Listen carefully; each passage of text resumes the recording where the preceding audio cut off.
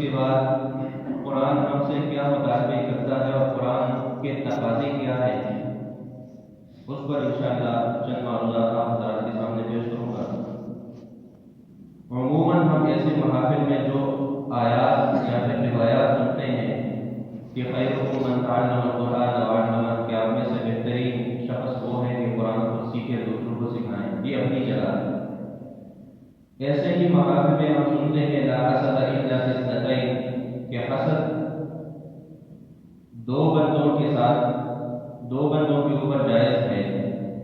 ایک وہ شخص کہ جس کو اللہ تبارک و تعالیٰ نے قرآن کا علم دیا ہو اور وہ اسے پھیلا رہا ہو، دوسرا جس شخص کو اللہ تبارک و تعالیٰ نے مال دیا ہو اور وہ اللہ کے راستے میں خرچ کرتا ہو۔ تو ویسے حسد تو جائز نہیں ہے، لیکن ایسے دو بندوں کے بارے میں حسد جائز ہے کہ اس سے بندہ آگے بڑھا جائے اور قرآن کی تعلیم کو مزید اس سے زیادہ